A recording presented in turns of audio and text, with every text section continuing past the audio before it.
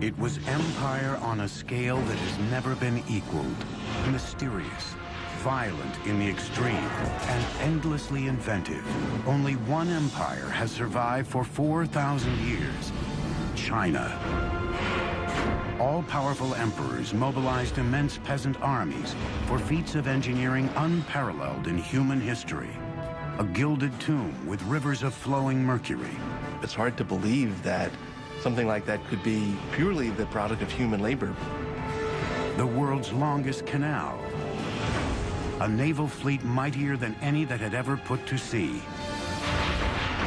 But none can compare to the monument that would change the face of the earth. The Great Wall of China. This is the biggest project management in history. And yet, dynasty after dynasty, consumed by vanity and greed, would be toppled from power when the people rose up and oppression turned to destruction.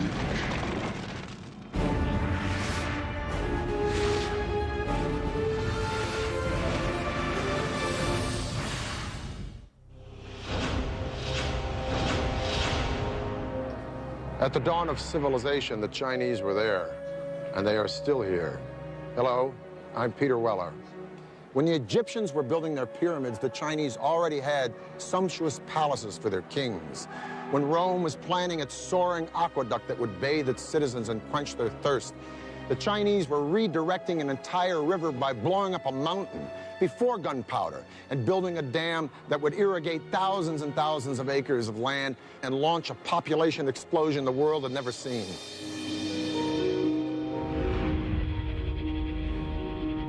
"4,000 years ago, Chinese civilization rose and spread across a vast area, 1/3 larger than the United States.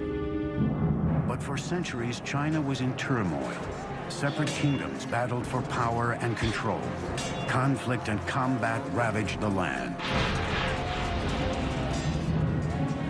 China was, as we think of it today, more or less, was made up of a number of states, all of which were fighting with one another for supremacy. The period was called the Warring States. By the 3rd century BC, one kingdom emerged as the most powerful and the most ruthless. A western province home to a hostile, warlike people. They were ambitious, forbidding, and determined to conquer and unite all 7 kingdoms. They were called the Qin. Their unification of this vast land would create an empire like no other the world has ever seen. The Qin prospered in a region that was fertile and flat, with access to prime trading routes like the famed Silk Road, connecting them to the farthest reaches of China and beyond. Over time, the Qin developed 2 critical military advantages over the other kingdoms. From neighboring nomads and barbarians, the Qin mastered horsemanship. Simultaneously, they also changed strategy for waging war. Until now, wars had been fought by small platoons of nobles riding in chariots. But the recent discovery of new metal forging technologies led to mass production of weapons and the rise of a new type of warrior, the foot soldier. It was a time when the use of iron became much more widespread. So just at the same time as infantry armies, which tended to be much larger, came in, so it was possible to make more weapons. With this tactical breakthrough, the Qin launched an offensive to conquer all of China. As one kingdom after another fell, the Qin faced a new challenge: how to quickly produce enough food to fuel their now massive army. That responsibility fell to one man. His name was Li Bing, a Qin official who was one of the greatest hydraulic engineers of all time.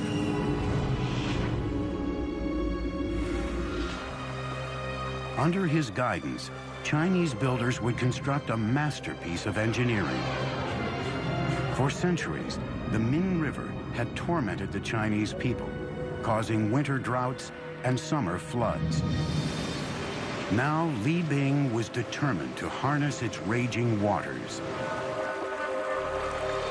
The centerpiece of his plan was a levee that would create a whole new waterway, a channel to control flooding, as well as to provide a water supply for desperately needed food production. But Li Bing had an enormous problem. Mount Jiang, standing directly in the path of his irrigation channel. He couldn't move the mountain, so he decided to carve a path for his new waterway straight through it. Long before the invention of gunpowder, it would have taken decades to cut a path through the mountain by manual labor using only hammers and drills. The Qin military demanded more immediate results, forcing Li Bing to devise a bold new technology.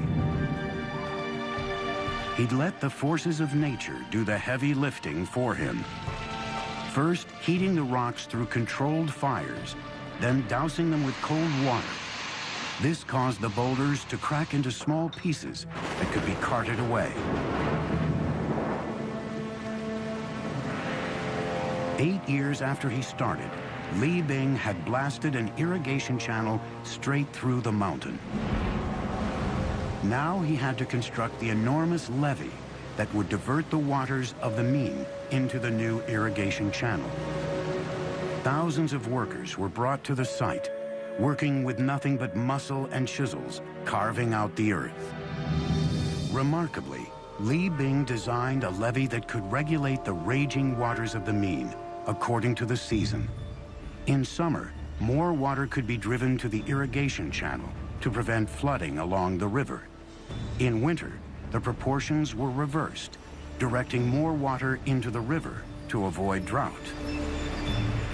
By irrigating a vast stretch of Qin territory, Li Bing's levee triggered a massive population boom, and the military had a new base to launch attacks into enemy territory.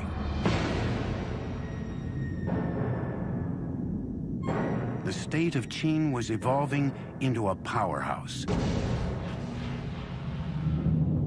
And he used the wealth created by agriculture and the power created by the military to unite all of China. In 247 BC, that job was left to the Qin's new emperor, a 13-year-old named Ying Zhang. The young ruler assumed the throne with his mother acting as queen dowager. But Ying Zhang came to power in a palace teeming with enemies, already plotting his demise. Knives were being sharpened. At the top of the list of those who wanted him dead was his own mother. She now had a lover and 2 new sons she wanted on the throne. At the age of 22, Ying Zhang discovered her plot to have him killed. He had his mother banished and his stepbrothers and her lover killed. His authority was now absolute. With his throne secured, Ying Zhang sent his armies out to finish the job of unifying all of China. Only one kingdom stood in the way. They were called the Chu. In 238 BC, the Qin launched an epic all-out war on the Chu in a conflict that raged doggedly on for 15 years. Finally, in 223 BC, they too raised the banner of surrender. The last great obstacle to the Qin conquest of China had been crushed. The Qin supremacy over the Chu is they were able to organize their armies in a much more efficient way than had been done before. The Qin dream of empire was complete. China was unified and at peace. Now a true emperor, Ying Zhang needed a royal name. He would come to be known throughout China and around the world simply as Shi Huangdi, the first emperor. Shi Huangdi proclaimed his dynasty would last 10,000 generations. It was during his reign that China embarked on perhaps the most spectacular construction project of all time, a wall, unlike any the world had ever seen. But the Qin would pay a heavy price for their emperor's grand ambitions. in the wrath of ruthless leaders and the blood of its own people. The Chinese invented deep drilling in the 1st century BC and were able to drill boreholes up to 4,800 feet deep. 220 BC, China's first emperor, the triumphant Shi Huangdi, sets off to survey his new empire. For the first time ever, China was unified and secure, and he intended to keep it that way with the most ambitious engineering project ever conceived, the Great Wall of China.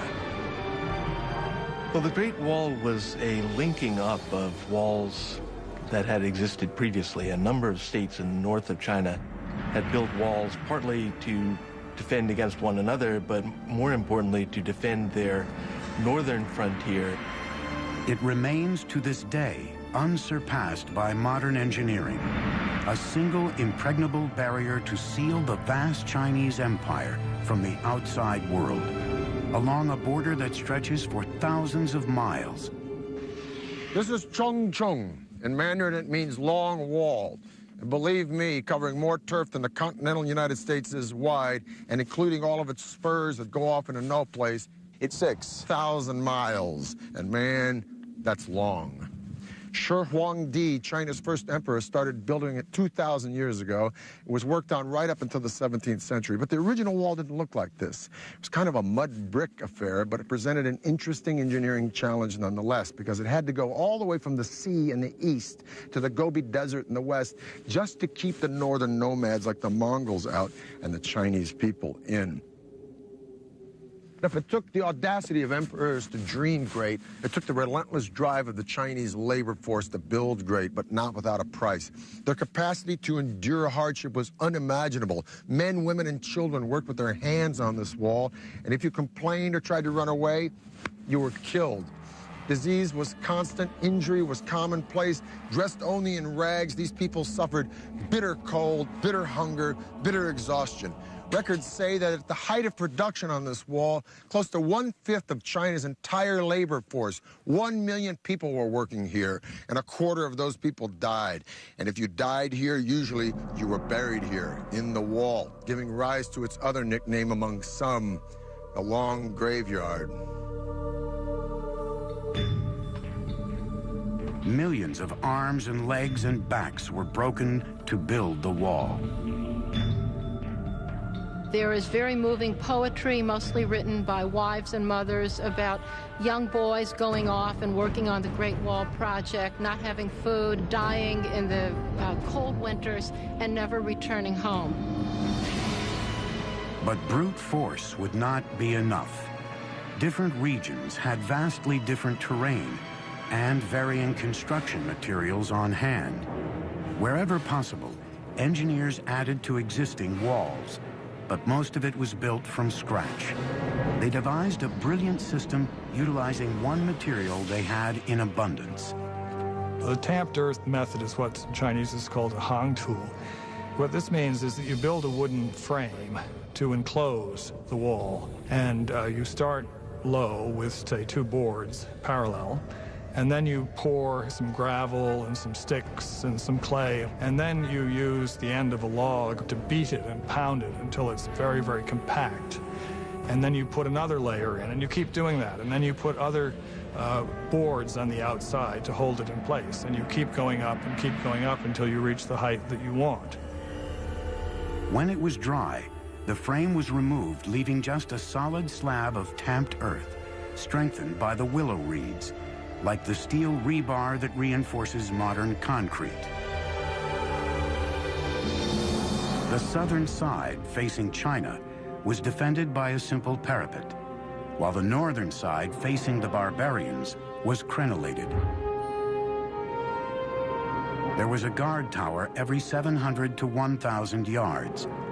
A paved road ran along the top of the wall for troops and even wagons, making it an efficient communications route, especially for the soldiers stationed at each tower.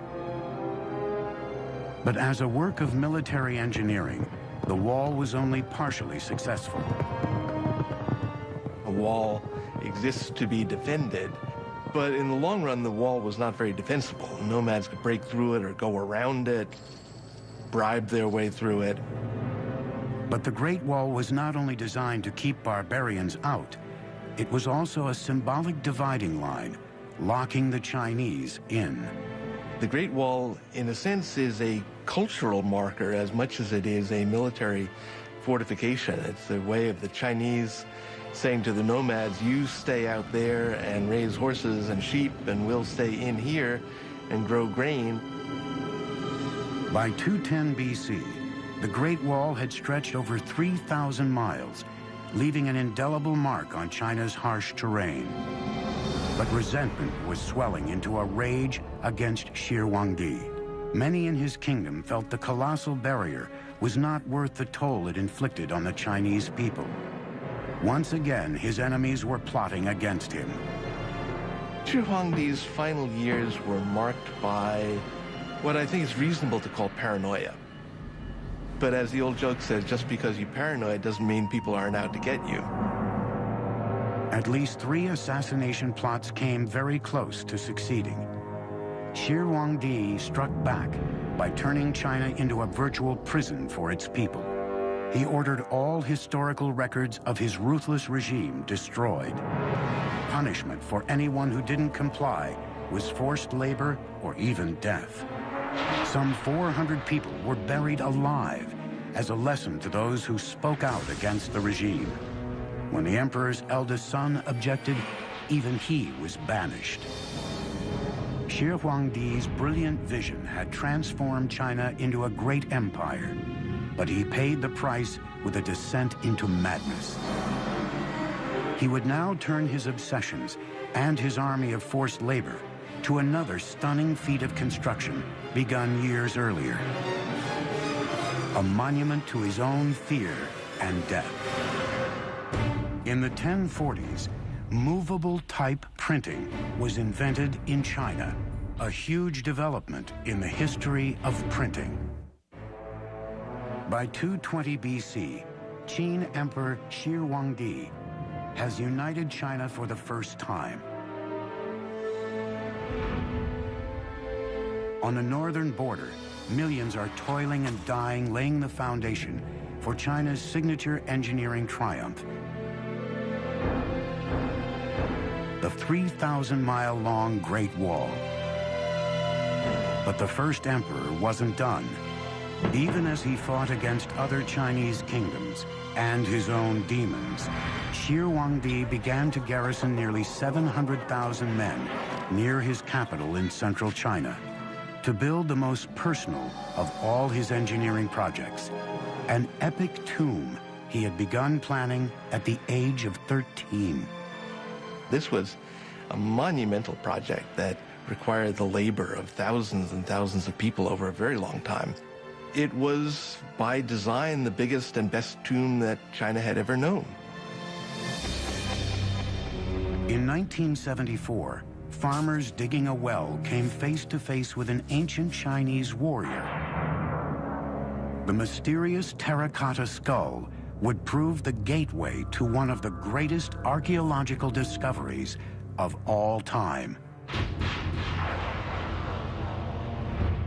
The mound is huge. The mound was always known to be the tomb mound of the first emperor. What was a total surprise was the army of terracotta warriors about a kilometer to the east of the tomb, who presumably were guarding the approach to the tomb itself.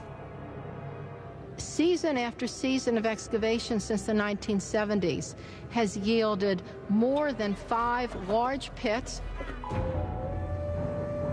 The individualized faces and drapery and armor suggest that each one of these warriors was molded from the life from an individual, separate human being. The precision and detail in the sculpting, the firing of the clay are unmatched today. These warriors are a colossal achievement, and some believe the greatest archaeological find of the 20th century.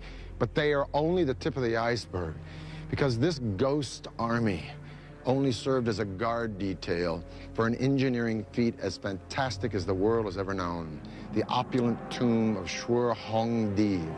Each statue stands between 5 feet 8 inches and 6 feet 2 inches tall, giants for the time. Some weighed up to 600 pounds. But it was the terracotta itself that sent shockwaves through the teams excavating the site. The clay had a hardness beyond anything they'd ever seen before, indicating that Shi Huangdi's artisans had developed a revolutionary new technology, blast furnace kilns that fired the statues at temperatures up to 2,000 degrees Fahrenheit. Archaeologists eventually uncovered 3 massive pits filled with the terracotta army guarding the first emperor's tomb. One pit alone contains over 6,000 life-size warriors and horses in battle formation.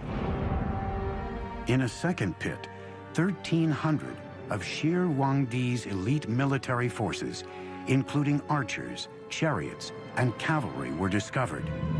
While the third pit, with 68 figures and 1 chariot, was the command center of the entire army, headquarters for the defense of Shi Huangdi's empire, even in death.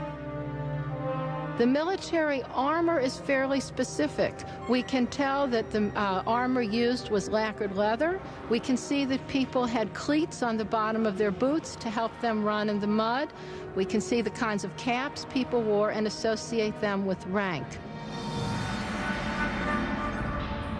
30-foot walls divided the massive complex, which stretches out for 7,000 yards, into 3 parts: the outer city, an inner city, and then the mausoleum itself. During construction of the tomb, an army of workers excavated a gigantic terraced pit measuring about 1,600 feet by 1,700 feet, equal to 580 basketball courts.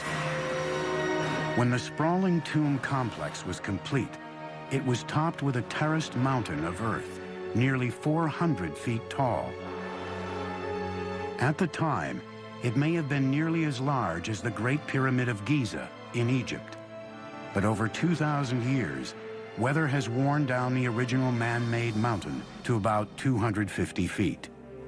It's hard to believe that something like that could be purely the product of human labor, but it is. That mound was put there, basket full of earth after basket full of earth, to cover what we assume is an entire underground city dedicated to the afterlife of the first emperor. Shi Huangdi's tomb is definitely the expression of a guy who wanted his empire to blow away everything the world had ever known. The ceiling is said to be a night sky studded with constellations made out of pearl. The floor, an entire recreation of his empire in miniature with pavilions and pagodas by a flowing river of mercury. The king himself laid out in gold and jade in a bronze coffin floating on a pool of mercury. Now, all this is pretty fantastic and mind-blowing, but is it true? Well, scientific tests have proven mercury levels 100 times the norm around the mountain, and ground-penetrating radars detected a room inside the mountain 33 feet high. So the emperor's tomb may be all it's cranked up to be, but we're going to have to wait to find out, because the Chinese government has decided not to excavate the place until they have the technology to preserve what's inside. And even then, once they go in, it may be a very treacherous dig. There were corridors and trapdoors and booby traps that were designed to prevent tomb robbing. Now, we assume that those are no longer operable after a couple thousand years, but I'm sure whoever goes into that tomb first is going to step carefully. Shi Huangdi had boasted the Qin dynasty would last 10,000 generations, but just 3 years after his mysterious death, the vast empire collapsed. The first emperor paid a steep price for his epic engineering projects. The Great Wall and magnificent tomb bankrupted the country and ultimately broke the backs of China's peasants. Pushed to their limits, the people revolted, and China was plunged into chaos. Shi Huangdi is said to have died from ingesting mercury, which he believed to be an elixir of immortality. Shi Huangdi the first emperor of a united China, is dead. Few mourn. Many have eagerly anticipated an end to the hated and ruthless Qin dynasty. A vicious power struggle ensued for control of the empire. In a word, it was chaotic. Very quickly, after the death of Qin Shi Huangdi, things fell into civil war with various people vying for power. 206 BC, a new ruler comes to power determined to bring stability to China. His name was Liu Bang, a former soldier and cunning politician who knew how to win the hearts and minds of the people. Over the next 4 years, Liu Bang consolidated his rule and rallied the people behind him. Peace and stability returned to the empire. By the time he died in 195 BC, he had launched a dynasty that would thrive for nearly 4 centuries, the Han. The Han embarked on a wall-building campaign even more massive than Shi Huangdi's. They extended the Great Wall much further to the west than it had been, and set up a set of garrisons and a series of watchtowers that guarded the trade routes out into Central Asia for hundreds of miles to the northwest of the capital. The Han built their fortresses at closer intervals than earlier dynasties, every 1 to 3 miles. In areas of heavy enemy activity, that could increase to only 500 yards apart. Han soldiers had 3 critical missions along the wall: defend against invasion, gather military intelligence on enemy activity, and keep the vital beacon towers maintained and supplied with beacon fire fuels. Han Dynasty signal towers incorporated several sorts of alarms. Flags and smoke were only used in the daytime. Torches were only used at night. Bigger bonfires and drums were used at any time. And complex codes were devised for these signals. And just like today, modern codes, they were all classified as top secret and unknown to the public. From around 200 BC to 200 AD, just about the time that Rome was dissolving as a republic, only to be reborn as an empire that would gobble up and transform the Western world, China was an empire that was consuming and transforming the East. During the Han Dynasty, the population of China grew to 50 million people. The empire went as far south as Vietnam, as far west as Afghanistan. It was massive.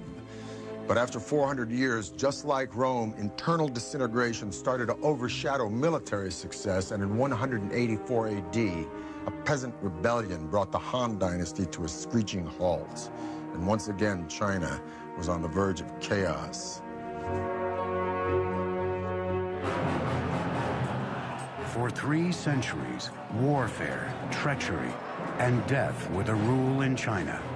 And once again, it took a ruthless hand to put an end to the time of turmoil.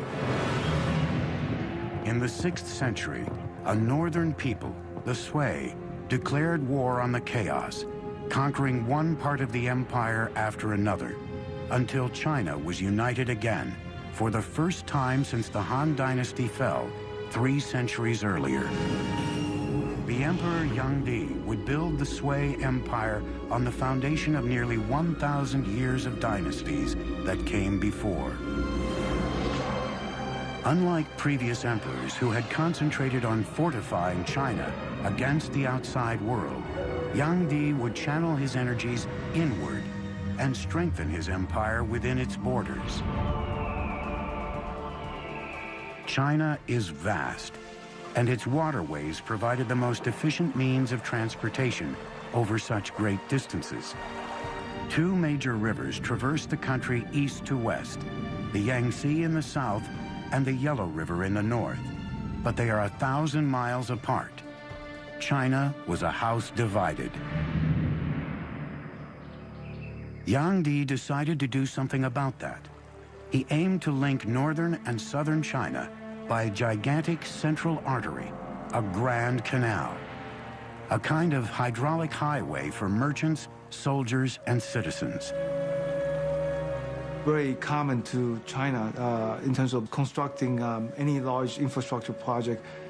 They would look at existing waterways and trying to find area where they could connect and link the entire canal.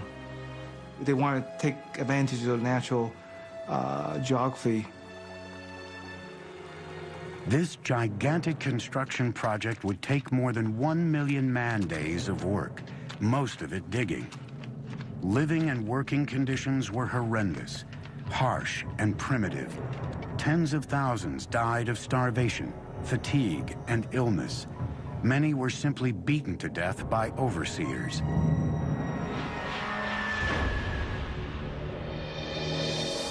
More than 24 locks were needed to create a massive network of channels. But every time you encounter a natural body of water, you need a lock to make a barrier between the canal and the lake or the river. When you go up any significant grade, you have to have locks to raise the water and the boats with it to get over any rise in the terrain. It took 5 million workers over 6 years to build the Grand Canal. When it was built, it stretched 1,200 miles, and it was the longest and most ambitious canal project that had ever been enacted on the Earth up to that time. By connecting the Yellow River with the Yangtze, the Grand Canal could now transport goods up to 45 miles a day. Major cities along the canal grew into silk, porcelain, and cotton centers. Merchants and artisans supplied manufactured goods to opening markets throughout the entire country. Economically speaking, it made interregional trade much easier, as well as providing work for a lot of people building it, maintaining it, working on it, transporting goods and people up and down it. Like the Nile in Egypt, it integrated the North and the South, strengthening the foundations of a unified empire. Well, the canal was a tremendous generator of wealth. There was opportunity for poets to travel, for painters to wander and begin painting landscapes. So it really was an engine of cultural development, not just along its own route, but with influence far beyond its own confines. With his engineering feat completed, Emperor Yangdi decided it was time for a victory tour down the Grand Canal. It was a garish spectacle, with an entourage of thousands, traveling in opulence that bordered on the obscene. Well, the emperor had beautifully appointed luxurious imperial barges that could take him down the Grand Canal. So he would spend as much as half of every year enjoying himself in the sunny south. The emperor redefined luxury, demanding exquisite foods and exorbitant tribute from every county and town along the canal. When large amounts of leftover delicacies were dumped overboard, the destitute who built the canal watched from the shore in despair.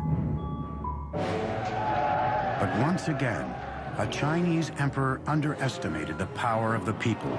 His voyages of conspicuous consumption fueled a mounting sense of rage against his decadent regime. In 618 AD, the people rebelled in a series of peasant uprisings throughout the country. Once again, chaos consumed China and soon reached the palace itself. Emperor Yangdi was killed by his own generals, and the Sui dynasty came to an abrupt end. But with the empire united again, the stage was now set for China's golden age. And for the first time, China's engineers would extend the empire's reach around the globe. From the 4th century BC on, the Chinese used blast furnaces to cast iron, nearly 1,800 years before its widespread use in Europe. 6 centuries ago, an astonishing armada of Chinese ships crossed the China Sea before venturing west to Ceylon, Arabia, and East Africa. It was a fleet unlike any that had ever put to sea. Giant 9-masted junks escorted by dozens of supply ships, patrol boats, and transports for cavalry horses, Crew totaled more than 27,000 sailors and soldiers. This was the famed armada of the powerful Ming Dynasty, a herald to the world that after a century of Mongol domination, China was returned to its rightful rulers. At its helm was an unlikely admiral, a commoner from the outlying Yunnan province, who rose to become one of the most powerful figures of the Ming Dynasty. His name was Zheng He. Zheng He was 11 when his hometown was conquered by the Ming. He was plucked from his family, brought to court as a gift for the emperor's son, and castrated. Eunuchs appear often in Chinese history, and the reason that they gained power was because they had much greater access to the emperor and to imperial women because they didn't pose a threat. Zheng He soon rose through the ranks to become the chief lieutenant to the emperor himself. Together, they sketched out a bold plan for conquest of the seas. Zheng He was named to lead an extraordinary fleet of ships. It was an engineering challenge unlike anything a Chinese dynasty had ever attempted. He was somebody who definitely wanted to create a personal stamp on the world. He ordered 337 ocean-going ships. An additional 188 flat-bottom transports were converted for ocean travel. Just to get the building materials together, get the craftsmen, get the designers and all the rest, and then, say, put together a fleet of 300 ships is remarkable. I mean, the British fleet in the time of Napoleon, it had really an upper limit of about 100 ships of the line, men of war. An army of 30,000 carpenters, sailmakers, and sailwrights worked and lived at the shipyards, working day and night on Zheng He's magnificent fleet. At the center of the enormous shipyard, 7 1,500-foot dry docks were separated from the Yangtze River by 25-foot-high dams. Once the ships were complete, the dams were opened, flooding the dry docks. The flagship of the fleet was a spectacular 9-masted vessel measuring 440 feet, nearly 1.5 times the length of a football field, making it the largest wooden ship ever built. Designed for stability, it had a flat bottom filled with heavy ballasts of stones and an innovative exterior rudder post that could be raised to reduce the ship's draft in shallow waters. Watertight bulwark compartments, inspired by the partition shape of bamboo stalks, stored drinking water and supplies, and kept the ship afloat if the hull was breached. The second deck had living quarters for the crew. The kitchen, mess hall, and operations were on the third, while the fourth deck was used as a high fighting platform. Fully rigged, the flagships had 9 staggered masts and 12 square sails of red silk soaring skyward. Other ships were armed with as many as 24 bronze cannons, capable of firing up to 900 feet. Their bows and sterns had reinforced high profiles for ramming smaller boats. Some ships carried horses or transported troops. Others were freshwater tankers, packed with provisions for up to 28,000 men. We're talking about a really, really big fleet. It had as many soldiers and sailors on it as the Spanish Armada of 1588. It had about twice as many ships. In 1405, the eunuch commander Zheng He set sail for the world. Zheng He was not an explorer. What Zheng He was doing was what we would call in modern terminology power projection. During his 28-year naval career, Admiral Zheng He visited 37 countries, traveled around the tip of Africa into the Atlantic Ocean, and commanded a single fleet whose numbers surpassed the fleets of all Europe combined. Zheng He's voyages established China as a superpower on the world's oceans. But in 1433, China's age of exploration came to a crashing halt. Zheng He suddenly died during a stopover in India and the fleet was recalled to China.